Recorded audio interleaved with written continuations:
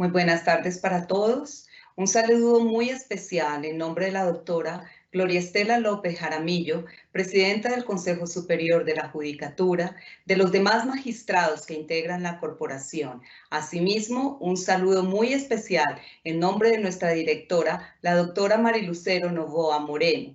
Sean todos bienvenidos a esta conferencia virtual denominada Plan de Justicia Digital y Proceso Digital, que hace parte del primer ciclo de capacitaciones en TIC en coordinación con el Centro de Documentación Judicial CENDOC y la Unidad de Informática de la DEAT, conforme a los acuerdos establecidos desde el año 2020 por el Consejo Superior de la Judicatura. Las tecnologías de la información y la comunicación han revolucionado las relaciones laborales, institucionales, académicas y obviamente las de la justicia. Su implementación es indispensable en todos los entornos laborales, más ahora ante la emergencia sanitaria que vive el mundo con el virus del COVID-19. En la rama judicial, las TIC han sido indispensables para garantizar que tanto los servidores judiciales como los demás intervinientes en el proceso continúen avanzando en sus actividades diarias en cada uno de nuestros despachos. Asimismo, usen y se apropien de estas tecnologías de la información. Es así como la conferencia del día de hoy tiene por objeto mostrar el nuevo paradigma sobre el proceso judicial, sus funciones, datos y gestión, junto a la importancia de la velocidad, el volumen y la veracidad de los datos en el proceso y en la sentencia. El día de hoy tenemos el gusto de contar de nuevo con la participación del doctor Héctor Enrique Peña Salgado, abogado especializado en regulación y gestión de las telecomunicaciones y nuevas tecnologías de la Universidad Externado de Colombia. Asimismo, en Derecho Procesal de la Universidad Libre, con maestría en Dirección de Empresas MBA en la Universidad de La Rioja, España. El doctor ha sido juez civil y administrativo, profesor universitario en varias universidades de Colombia, formador de la Escuela Judicial y actualmente es magistrado del Consejo Seccional de la Judicatura de Bogotá. Tan pronto finalice la exposición, nuestro formador invitado el día de hoy dará respuesta a alguna de las preguntas formuladas a través del chat de participación. Las inquietudes técnicas que resulten sobre conexión, registro y evaluación de esta actividad serán atendidas por servidores de la Escuela Judicial. Doctor Enrique Peña Salgado, es un gusto tenerlo de nuevo con nosotros. Bienvenido. Tiene usted el uso de la palabra. Muy buenas tardes a todos. Un saludo respetuoso a todas las personas que se han conectado. Mi respeto y mi admiración por su actividad y por la labor que desempeñan en favor de la justicia colombiana. Un saludo respetuoso a nuestra presidenta, la querida doctora Gloria Estela López Jaramillo. Un saludo respetuoso a nuestra directora Marilucero Novoa de la Escuela Judicial Rodrigo Lara Bonilla. Un saludo muy especial a todos los servidores judiciales, a las personas de la Escuela Judicial Rodrigo Lara Bonilla y en general a todas las personas que nos van a escuchar en un futuro a través de las redes. Me voy a permitir hacer una corta presentación, pero no por corta, no importante, y a través de las palabras trataremos de explicar algunas cosas. Entonces, como su nombre lo indica, damos comienzo al Plan Digital y Proceso Judicial Digital. Debo expresar que esta charla tiene dos partes. Ambas partes van de la mano. Y la idea en general es explicar algunos conceptos de lo que es el proceso judicial digital en relación con el plan digital que trazó el Consejo Superior de la Judicatura para los próximos 5 años. Este plan está plasmado en el acuerdo PSSJA 2011-631 de septiembre 22 del 2020. tiene, como ya dijo, una vigencia de 5 años. Es un plan bastante completo, diría yo, ubica muchos temas que no alcanzo a comprender en este tiempo, pero sí me interesa tocar algunos puntos de trascendencia en el proceso judicial, con lo cual le recomiendo una lectura detallada. Es muy importante este acuerdo. Infortunadamente casi nadie lo conoce, pero se lo recomiendo para que lo bajen de las redes y lo estudien. 11631 del 22 de septiembre de 2020. Este plan se funda en unos pilares muy importantes, ¿cuáles son? Aclaro, solamente voy a tocar los puntos que interesan a la conversación de hoy. Esos pilares tienen relación con la interacción con los ciudadanos. Es una fuerte interacción de muchas maneras. En primer lugar, se trata de establecer las reglas para un buen gobierno judicial conforme a las pautas que están trazando los países más avanzados que nosotros. Hablo de la Unión Europea, hablo de Estados Unidos, hablo en especial de España y de Francia.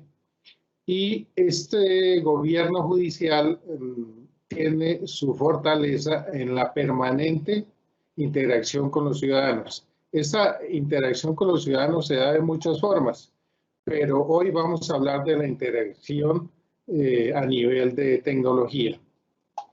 Este modelo tiene que transformarse a un modelo de prestación de servicios. Entonces, la fortaleza está en que debemos adecuar nuestra organización administrativa para que se preste un eficiente servicio público de administración de justicia, con lo cual se requiere una profunda transformación a todos los niveles. Ya vamos viendo eso con paciencia. El control y la transparencia como efecto de la interacción con los ciudadanos es parte importante, con lo cual los actos de la rama judicial deben ser totalmente públicos, transparentes, la información debe ser abierta, es decir, accesible a todo el mundo, naturalmente que se van a presentar algunas excepciones con fundamento en los principios constitucionales, pero sí hacer énfasis en que es una prestación abierta. Esencial que se fortalezcan las competencias, las habilidades, las capacidades y la transformación de las personas y de la organización. Con la actual estructura administrativa, con la actual estructura que tenemos, es muy difícil salir adelante. Nos toca una gran transformación y las grandes transformaciones se inician por las personas e inician sin dinero. ¿Qué es lo que quiero decir? Que las transformaciones permanentes a través de la historia son aquellas que se dan por necesidad, porque la gente presiona y ese ingenio de la gente hace que las grandes transformaciones no requieran de inversiones muy grandes de dinero, ni siquiera grandes. Entonces, digamos, jugando fútbol, el balón está en este momento en nuestra cancha, porque hacia adentro de nosotros tenemos que sufrir una gran transformación que ya la vamos a ver en qué sentido. Todo esto hace parte del acuerdo que les he mencionado.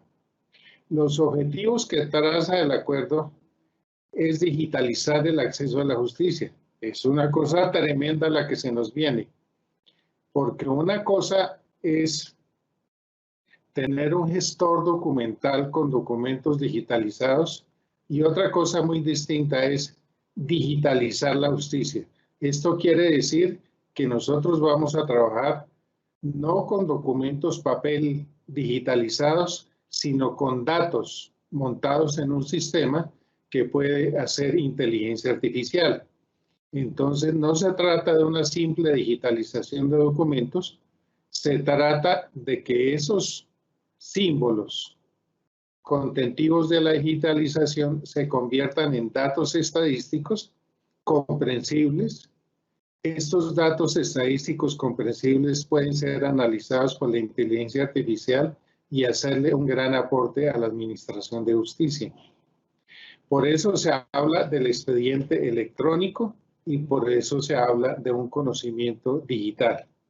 Entonces ya van observando ustedes que hay una distancia muy grande entre lo que es el simple expediente electrónico con un gestor documental al expediente digital que está fundado en datos asistidos por inteligencia artificial. A esto debemos llegar en estos 5 años que propone el Consejo Superior de la Judicatura. Quiere decir que debemos agilizar todo el trámite procedimental desde ya, agilizar nuestra mente y agilizar nuestros conocimientos. Para eso se requiere la interoperabilidad institucional. En otras charlas hemos venido hablando de este punto. Es muy necesario que estemos interconectados en materia de servicios con las demás instituciones del Estado.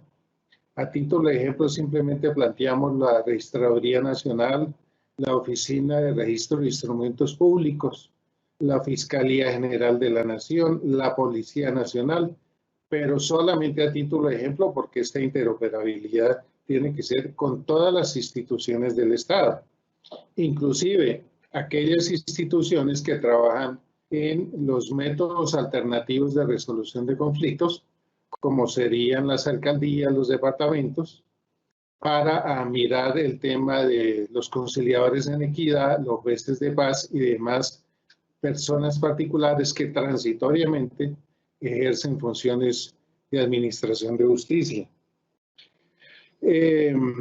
Claro, todo debe garantizar la seguridad informática, la trazabilidad y la transparencia de la gestión informática.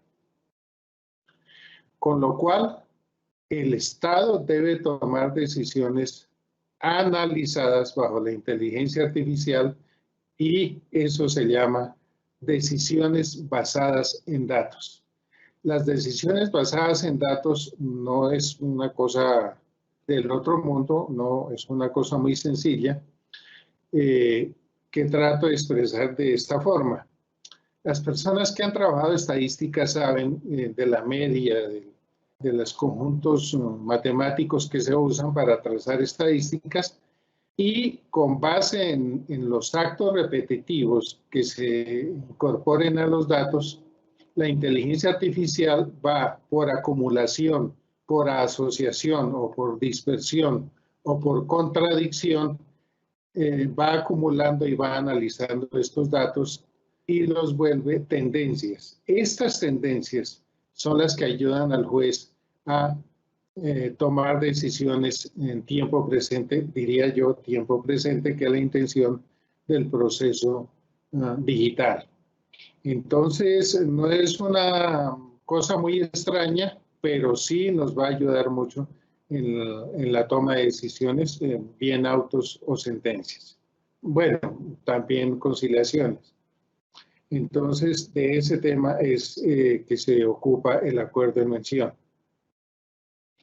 Sobre el expediente electrónico, simplemente vamos a decir que es una arquitectura tecnológica que integra servicios digitales, que integra el expediente electrónico, una gestión de procesos o un gestor documental con condiciones de autenticidad, integridad, conservación, consulta, disponibilidad de la información en tiempo presente, seguridad de la información, apertura e interoperabilidad y que permita estandarizar la diversidad de sistemas que tienen las instituciones.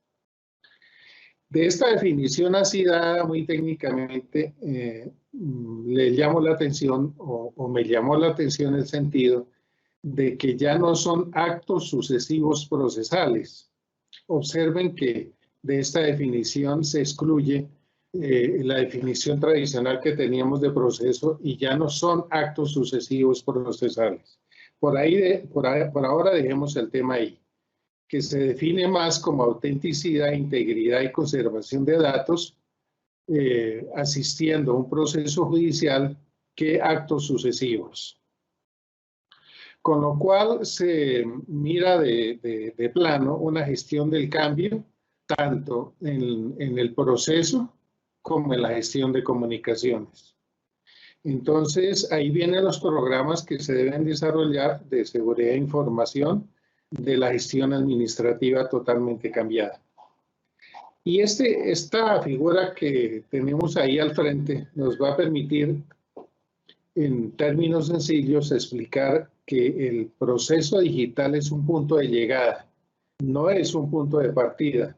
Digámosle que se necesita un gran esfuerzo personal e institucional para llegar al proceso digital.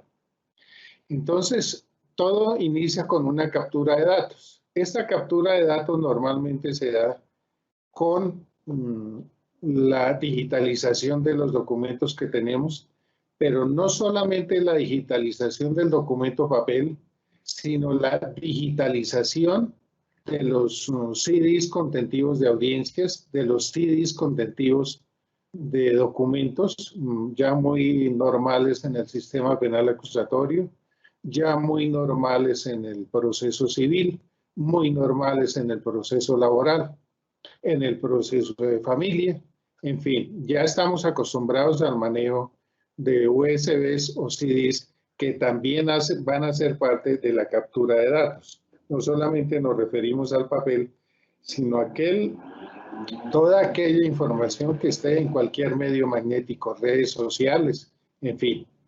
Entonces, esta captura de datos debe hacerse de tal manera que no haya desperdicio de información. Los técnicos, los ingenieros llaman a este tema desperdicio de información si la captura no se hace con las debidas calidades y con el debido programa para no desperdiciar esfuerzos y de tal manera que todo lo que se capture pueda ser leído por un sistema y ser convertido en datos. Una vez convertido en datos pueda ser analizado y una vez analizado revierta al ciudadano para que el ciudadano lo pueda ver con ojos de humano, con lo cual requiere un proceso tecnológico que no es necesario explicar en este momento. Solamente quiero decir es que una vez capturados los datos, con la menor pérdida de información por efectos de esa captura, se necesita un proceso de lectura, de análisis y nuevamente de puesta a la vista del ciudadano. Esta captura de datos tiene una segunda parte que es la clasificación y almacenamiento. Esta clasificación de almacenamiento requiere de un concepto para algunos nuevo, para otros ya muy viejo y quizá inútil en esta conversación, pero es necesario decirlo. Los datos deben ser estructurados, semiestructurados o totalmente desestructurados. Estructura quiere decir que la gestión humana lee el documento y lo clasifica conforme el contenido del documento, porque todavía no tenemos un programa en este estado, quiero decir, en este estado todavía no tenemos un programa que entiende el contenido de un documento, con lo cual se necesita la presencia humana que los clasifique. Esta clasificación hecha en determinada forma se llaman datos semiestructurados. Y eso le va ayudando al sistema a ir a clasificar la información de determinada manera. Claro, viene el almacenamiento, que hoy todos sabemos que el almacenamiento ideal es en el servicio de nube dispuesto por cada entidad. El uso y tratamiento de los datos fundado en los datos semiestructurados, por eso les decíamos a ustedes en otras charlas que es muy importante el índice que se le dé al proceso que se va albergando en la nube. Este índice significa que ya estamos tratando el documento de manera semiestructurada para ir induciendo una organización. La cesión o transferencia hace referencia al manejo que se le va a dar al documento tanto dentro de la rama judicial como fuera de la rama judicial. Entonces aquí vienen las alertas, vienen las alarmas, vienen las prevenciones que se le da al usuario para que esté atento al trámite que se le debe dar a cada documento. Una vez usado el documento, con estas alertas, estas transferencias, y en la medida que el sistema va aprendiendo, va haciendo sugerencias de tratamiento, pues hay que pensar en una destrucción del documento conforme a las tablas de retención que establezca la rama judicial para estos efectos. Entonces, ese sería el camino a partir de un documento papel o un documento electrónico en un medio digital hasta su destrucción. Grosso modo es a lo que nos enfrentamos en este momento. Y esta gráfica, esta segunda gráfica, nos va a permitir entender un poco desde el punto de vista mental, desde el punto de vista de los conceptos, el camino que debemos seguir. Observen que es un camino, el autor de esta figura, aclaro que nada de lo que está hecho aquí es de mi autoría, todo está fundado en una bibliografía que al final la voy a dar, y con lo cual quiero respetar los derechos de autor de todas las gráficas y los conceptos que hay aquí, y aclaro al final quiénes son los autores. Entonces, esta gráfica en forma de escalera nos permite entender que debemos dar pasos poquito a poquito conforme el conocimiento y la tecnología nos llegue a nuestras manos, y así entender por qué nos cambia la definición de proceso judicial digital. Entonces, el proceso judicial digital, al final, aquí en el quinto escalón con la inteligencia artificial, sería un tratamiento de datos inteligentes, gracias a la inteligencia artificial. Y en el punto primero, donde estamos en ofimática, en el uso de ciertas tecnologías, hoy entendemos que son muy básicas, como Word, como Excel, como medios de correo electrónico. Ese es el uso de las herramientas informáticas al servicio de una oficina. Aquí en este primer punto estaríamos en una definición de proceso judicial como actos sucesivos y sometidos al proceso, a los principios de eventualidad y preclusión, porque todavía estamos trabajando papel, o si no estamos trabajando papel, estamos trabajando medios digitales, pero no en un sistema, sino en forma aislada. Entonces aquí en el primer paso, ofimática, todavía al proceso se le llama actos sucesivos procesales sometidos a la eventualidad y la preclusión. Y en la medida que nosotros avanzamos, vamos abandonando el principio de la eventualidad y de la preclusión y nos vamos adentrando solamente en el tratamiento de datos vía digital. Entonces, desde el punto de vista procesal, vamos a tener un choque muy fuerte en la medida que avanzamos al sistema de gestión procesal que podríamos llamarlo siglo XXI actual, pero con manejo de datos. Entonces, el siglo XXI es un sistema de gestión procesal y la definición también nos estaría acompañando acá. Solo que ya cuando entramos a interoperabilidad y empezamos a albergar información de otras instituciones estatales y la llevamos al proceso, y además recibimos la información que nos dan las partes al proceso, ya tenemos un expediente judicial electrónico. Y este expediente judicial electrónico asistido por inteligencia artificial nos trae unos cambios muy importantes que quiero expresarlos.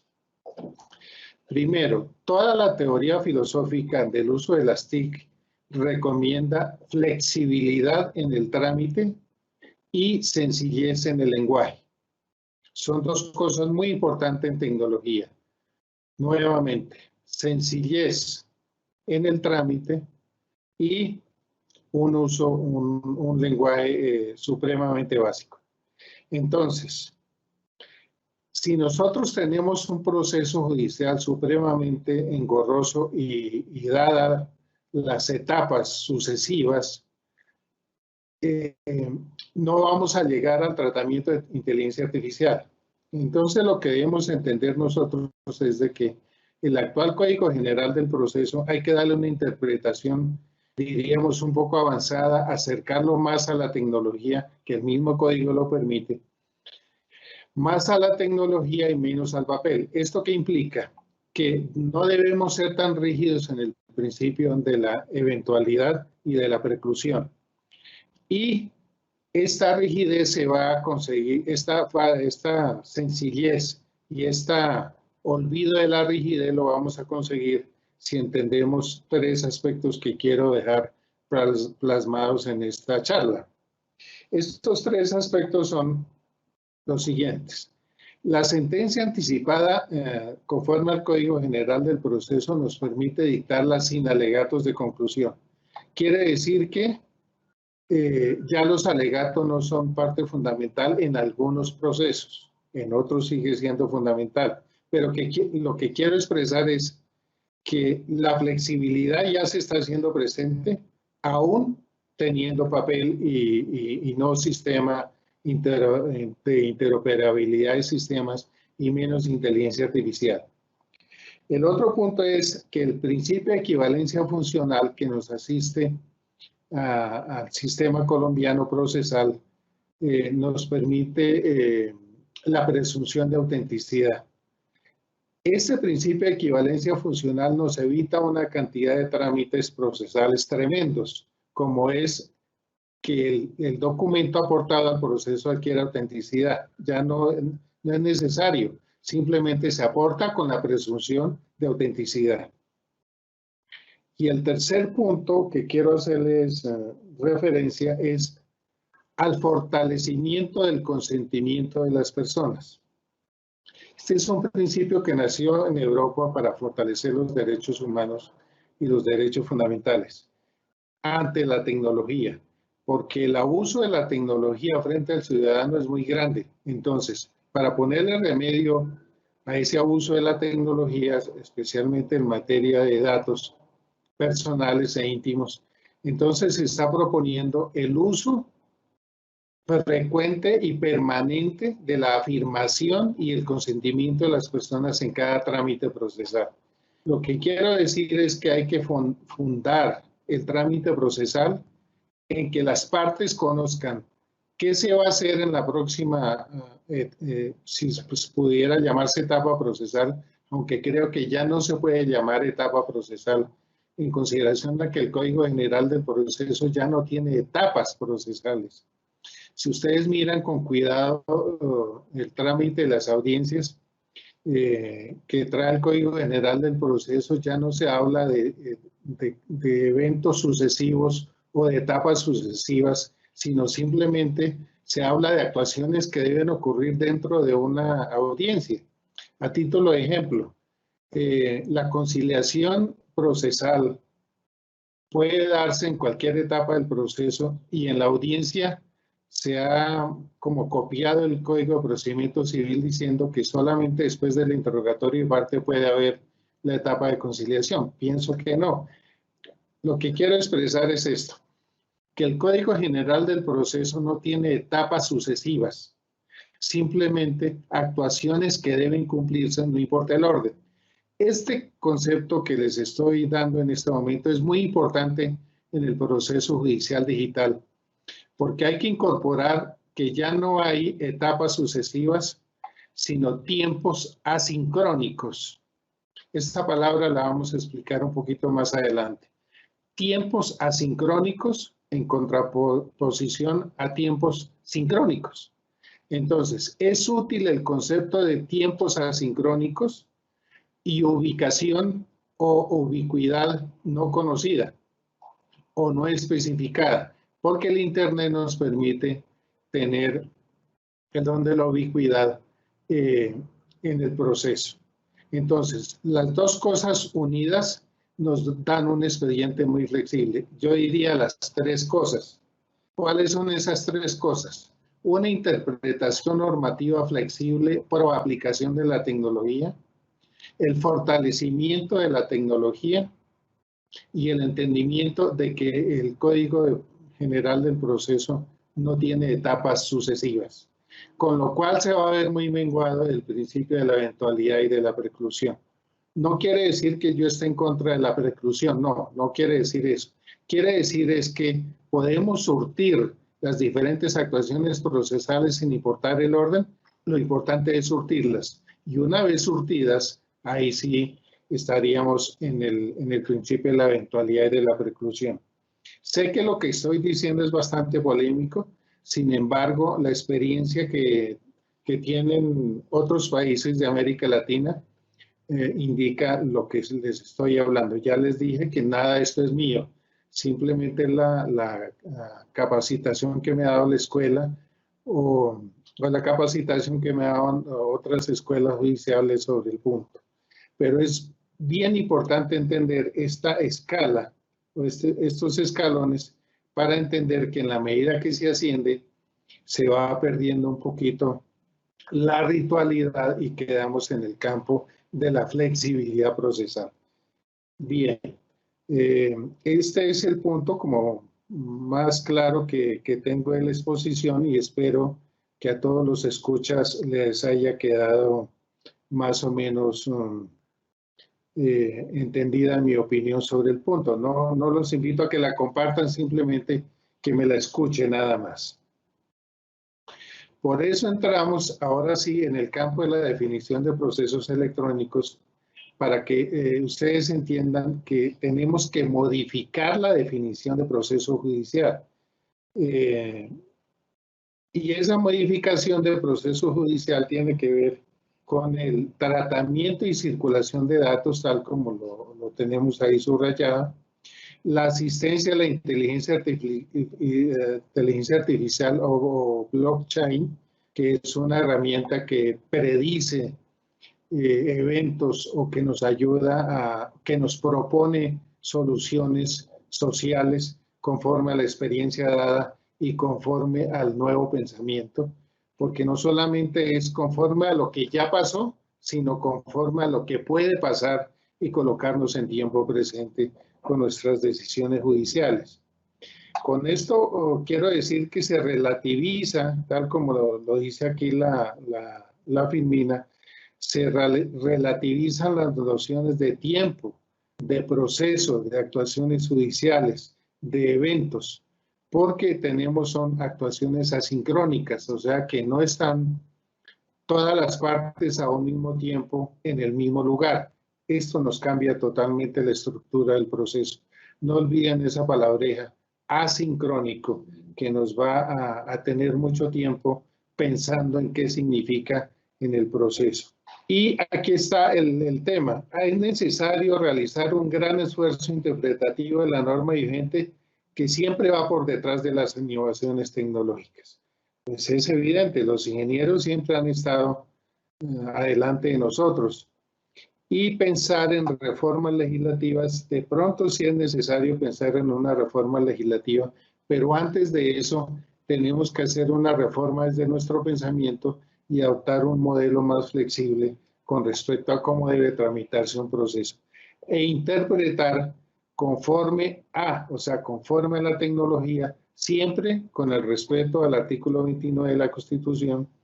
Esto, en términos sencillos, sería un respeto profundo a los derechos fundamentales de las personas, sobre todo sus derechos procesales. Entonces, la comunicación asincrónica es aquella comunicación que se establece entre personas de manera diferida en el tiempo. No existe coincidencia temporal y no hay intervención de las dos partes. Como estamos acostumbrados, esta palabreja nos va a ocupar largo tiempo. Lo mismo, si la actividad judicial nos ocupa largo tiempo, la actividad del aprendizaje, vuelvo atrás, el Consejo Superior tiene como propósito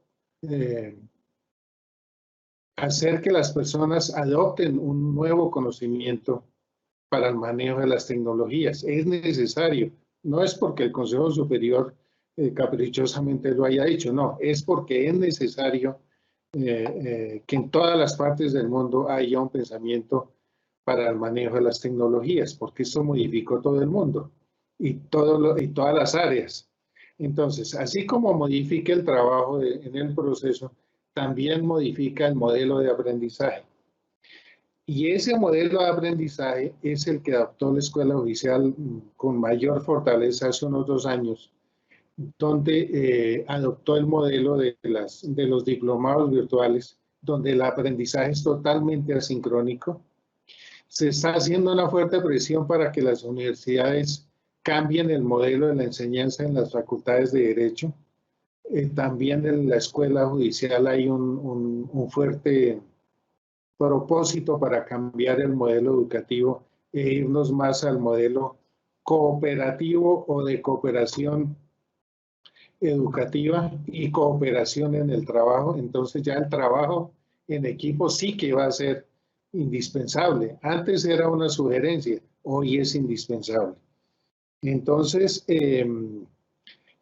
también en el punto de la educación, y lo toca muy de frente porque es que si uno no aprende, pues tampoco lo puede desarrollar en el trabajo con una adecuada competencia. Entonces el tema va aparejado de tal manera que si el proceso judicial nos cambia, también nos cambia la manera de aprenderlo.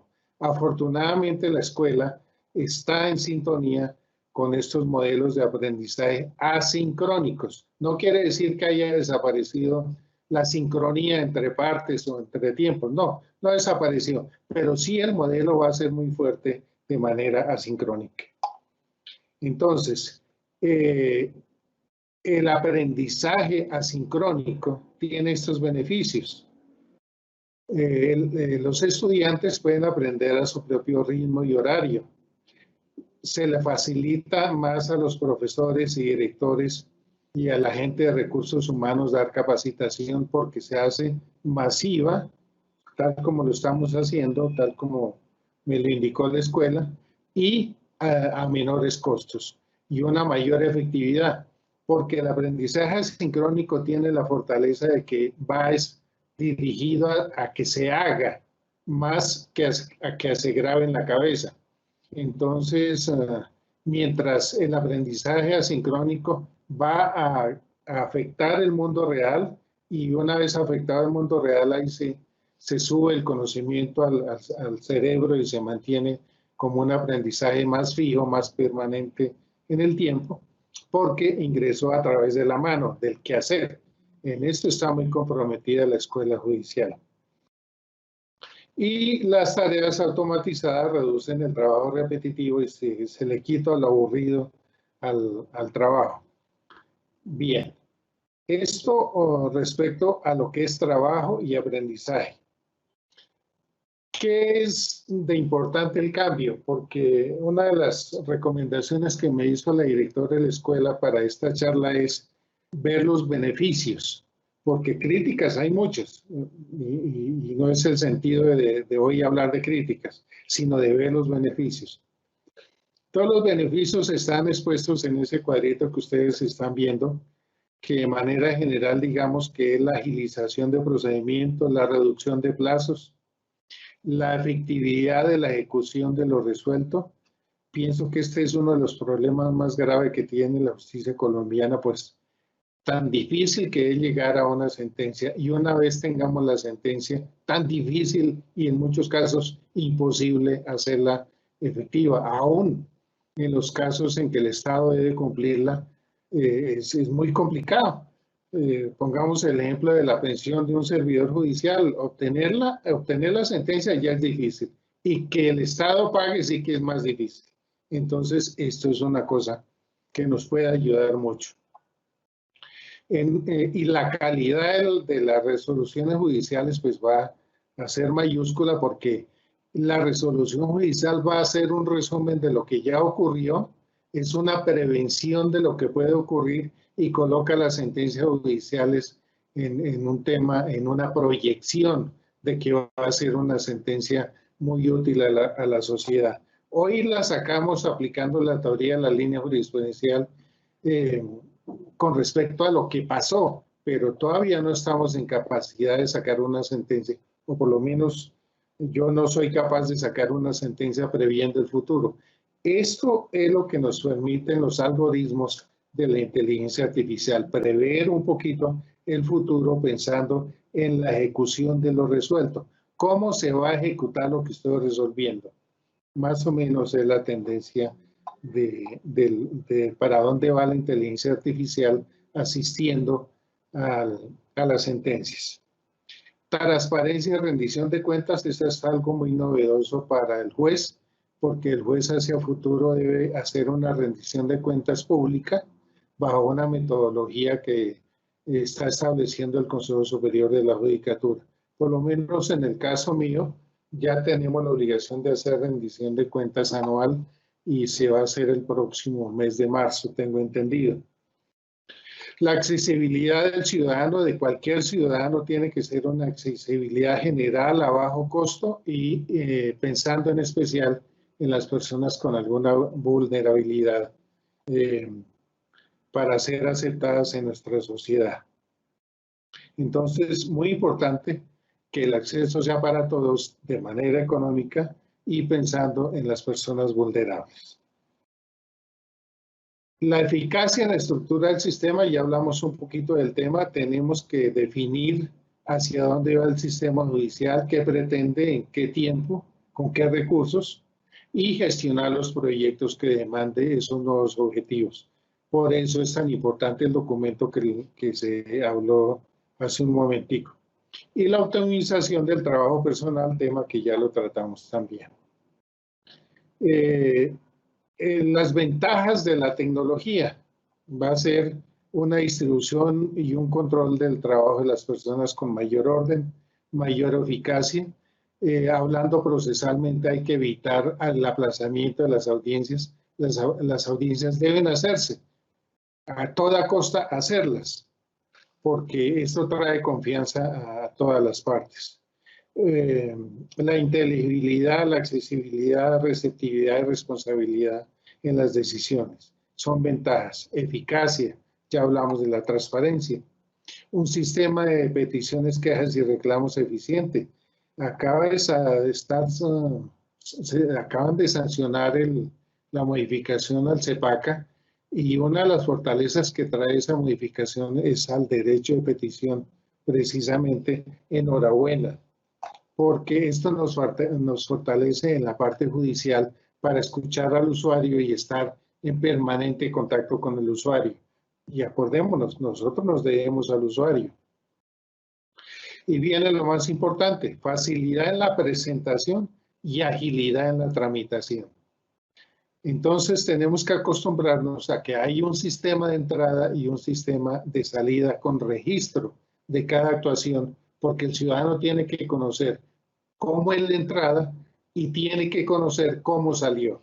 Muy importante esto en el tema de la agilidad de la tramitación. Tienen que mejorarse los horarios para la prestación del servicio. Tiene que mejorarse los servicios de notificación y usar todos los canales disponibles, no solamente el Estado, sino todo lo que esté disponible en materia de tecnología para la notificación personal.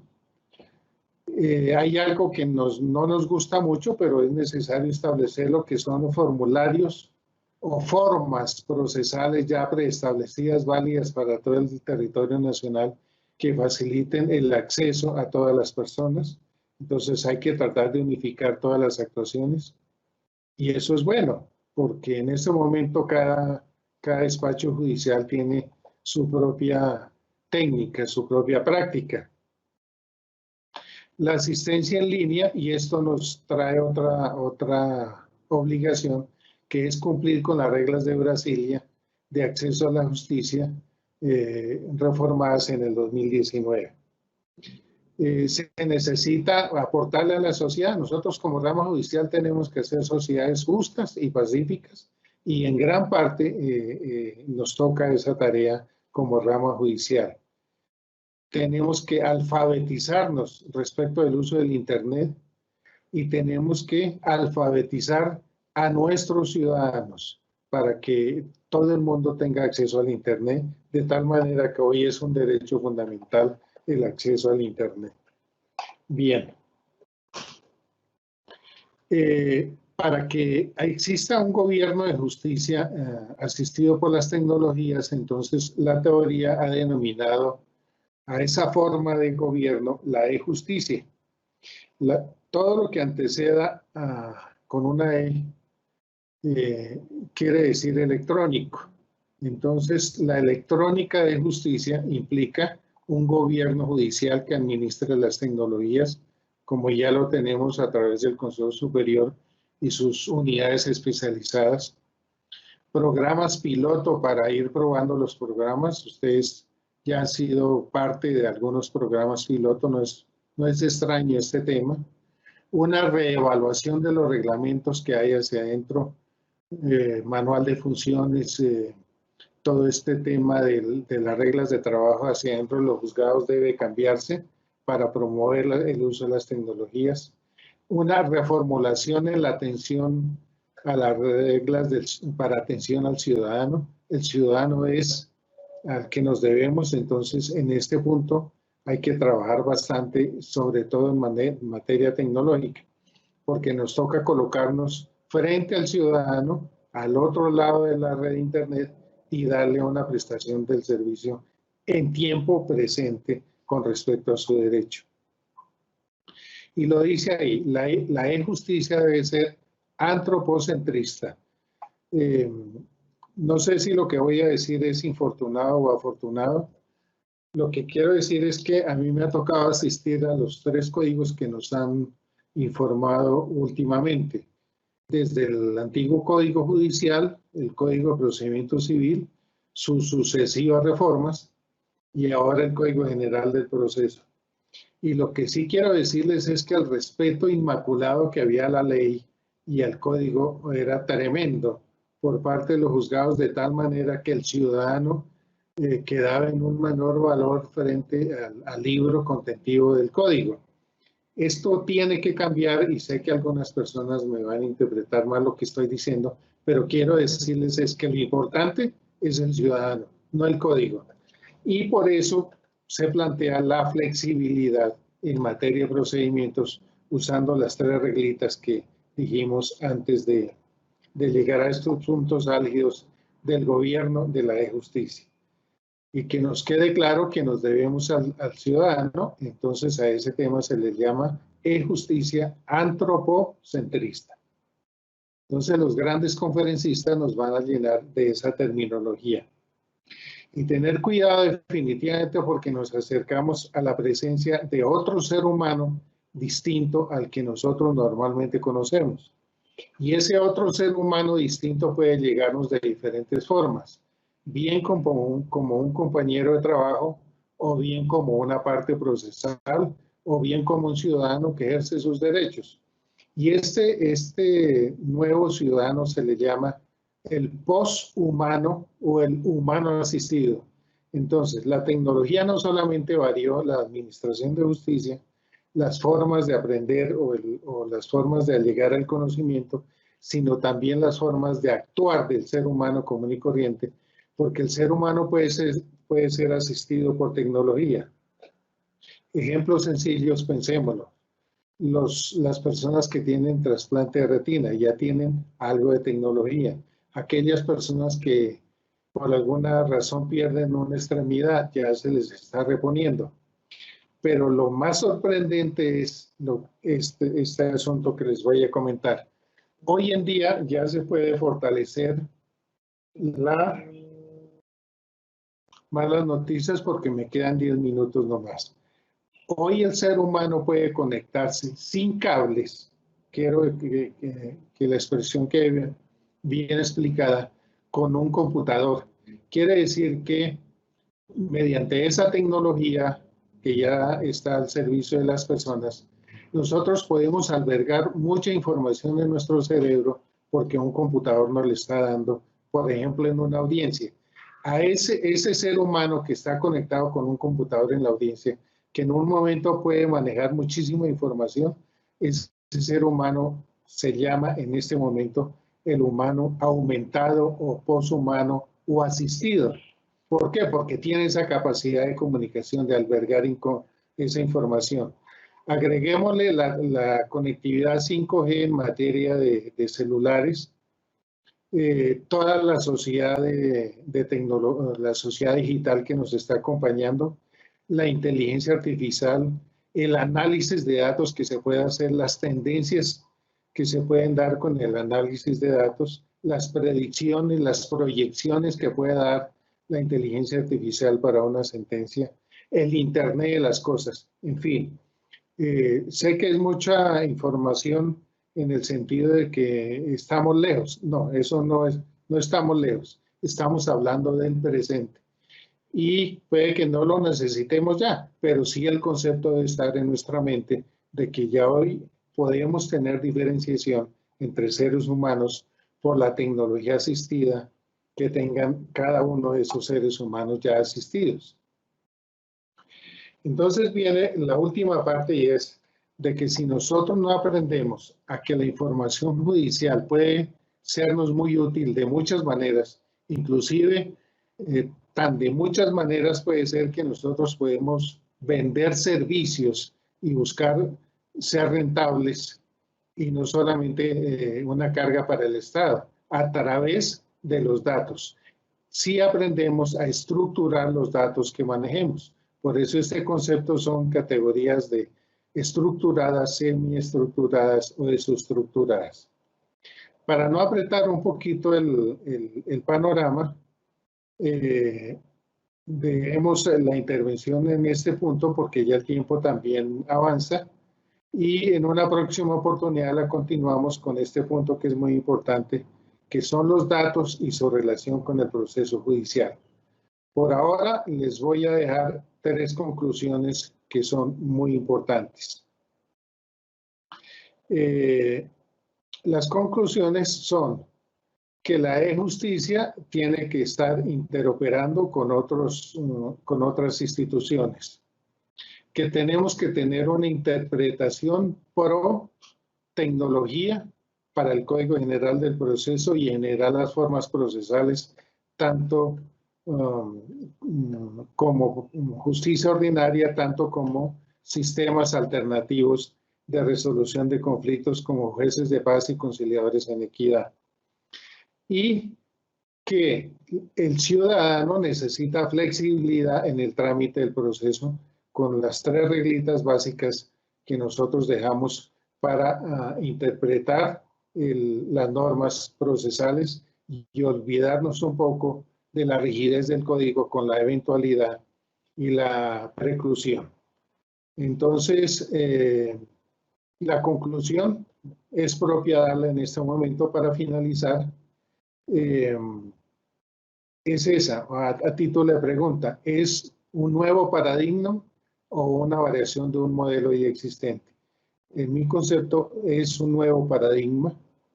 Hay que formar servidores públicos pensando en el ciudadano, y el ciudadano tiene derecho a conocer la información que tiene el Estado de una manera abierta.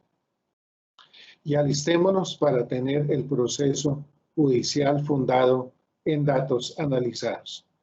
La parte más importante de la charla es esta, para que no lo olviden, la bibliografía, Ciencia de Datos de John Herbert, este autor segundo, Delgado Martín Joaquín, la Judicial Text, el proceso digital y la transformación tecnológica de la justicia, otro libro muy interesante, y una colombiana que está trabajando en Estados Unidos sobre datos con unos éxitos tremendos, María Paula Ángel Arango, que ya sacó su primer libro sobre los datos y ya está a la venta en las librerías colombianas. Entonces, con el reconocimiento a la autoridad académica, dejo la bibliografía expuesta para ustedes con la advertencia de que todo lo que se acaba de expresar fue una regular o mal copia de lo que ellos manifestaron en estos 3 libros. Con esto finalizo mi charla y espero ya la finalización y la clausura por parte de la Escuela Judicial. Entonces, los escucho, por favor. Muchas gracias, doctor, y vamos al fragmento de las preguntas. Primera pregunta, doctor Peña. Sí, señora, la escucho. ¿Cambia el concepto del proceso con la aplicación de las TIC? Indudablemente que sí. Cambia y por escalones. Ya nos cambió simplemente con las herramientas ofimáticas al servicio de los juzgados, que sería como el primer escalón. El segundo escalón o tercero ya es la interoperabilidad con el ciudadano y con las demás instituciones. El cuarto escalón, la incorporación de los datos al proceso con una posibilidad de hacer análisis de datos sobre lo que vayamos incorporando al proceso. Y la asistencia de la inteligencia artificial pues nos coloca definitivamente en un quinto escalón muy alto y muy cambiante. Esa sería la respuesta, querida doctora Mónica. Segunda pregunta, ¿el proceso judicial es un proceso o es un programa? Ay, qué pregunta tan tremenda. Definitivamente es un proceso que está asistido no solamente por un programa informático, sino por muchos programas informáticos y todos deben converger en un solo sistema que se llamaría proceso judicial digital. Entonces, un conjunto de programas nos puede dar el proceso judicial digital, pero para llegar al manejo y a la eficiencia y a la eficacia y dar los derechos a los ciudadanos asistidos por tecnología es un proceso sobre todo educativo. Por eso hice énfasis en el tema del modelo educativo asincrónico. Última pregunta, doctor. ¿El servidor judicial es parte del proceso judicial digital? El servidor judicial diría yo que va a ser el 90% del proceso judicial porque depende de las personas. Podemos nosotros tener los mejores programas del mundo. En España prácticamente hay 22 programas de gestión procesal porque no hay unidad de criterio sobre cuál es el mejor. Luego podemos tener los 22 programas de gestión procesal que hay en España o más. Pero si nosotros como seres humanos no entendemos la finalidad que es la protección de los derechos de los ciudadanos asistidos con tecnología, pues realmente no estamos haciendo nada.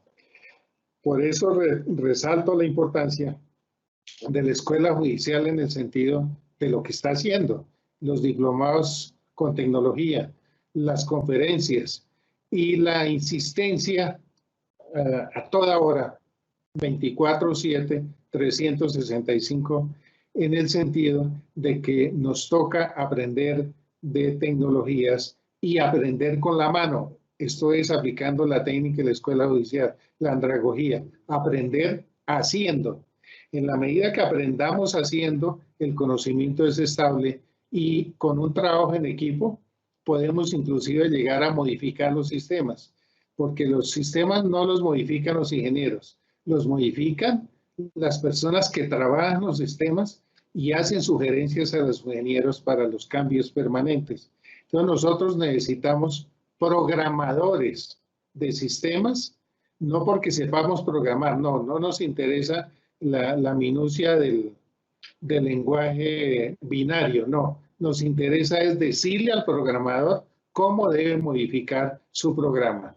Entonces, definitivo, dependemos de los seres humanos en un 90% o más para desarrollar las nuevas tecnologías al servicio de los derechos fundamentales de los ciudadanos. Un agradecimiento muy especial al doctor Héctor Enrique Peña Salgado por su clara y pertinente explicación sobre la importancia del proceso judicial con la adopción de las TIC, ya que es indudable la necesidad de que los servidores judiciales y demás participantes en el proceso hagan uso de estas tecnologías de la información para embarcarse en los nuevos retos de la gestión judicial.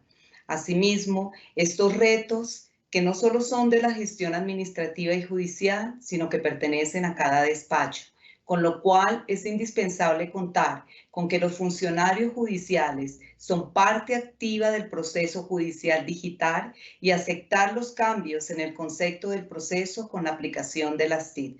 De nuevo, muchísimas gracias, doctor Peña. Gracias a los servidores y servidoras judiciales y demás actores que se han han estado con nosotros en esta conferencia virtual. Los invitamos a que nos sigan a través de las redes sociales como Facebook, Instagram, Twitter y YouTube, donde podrán encontrar más información sobre nuestras conferencias virtuales y asimismo noticias de interés. Muchísimas gracias y un feliz resto de día.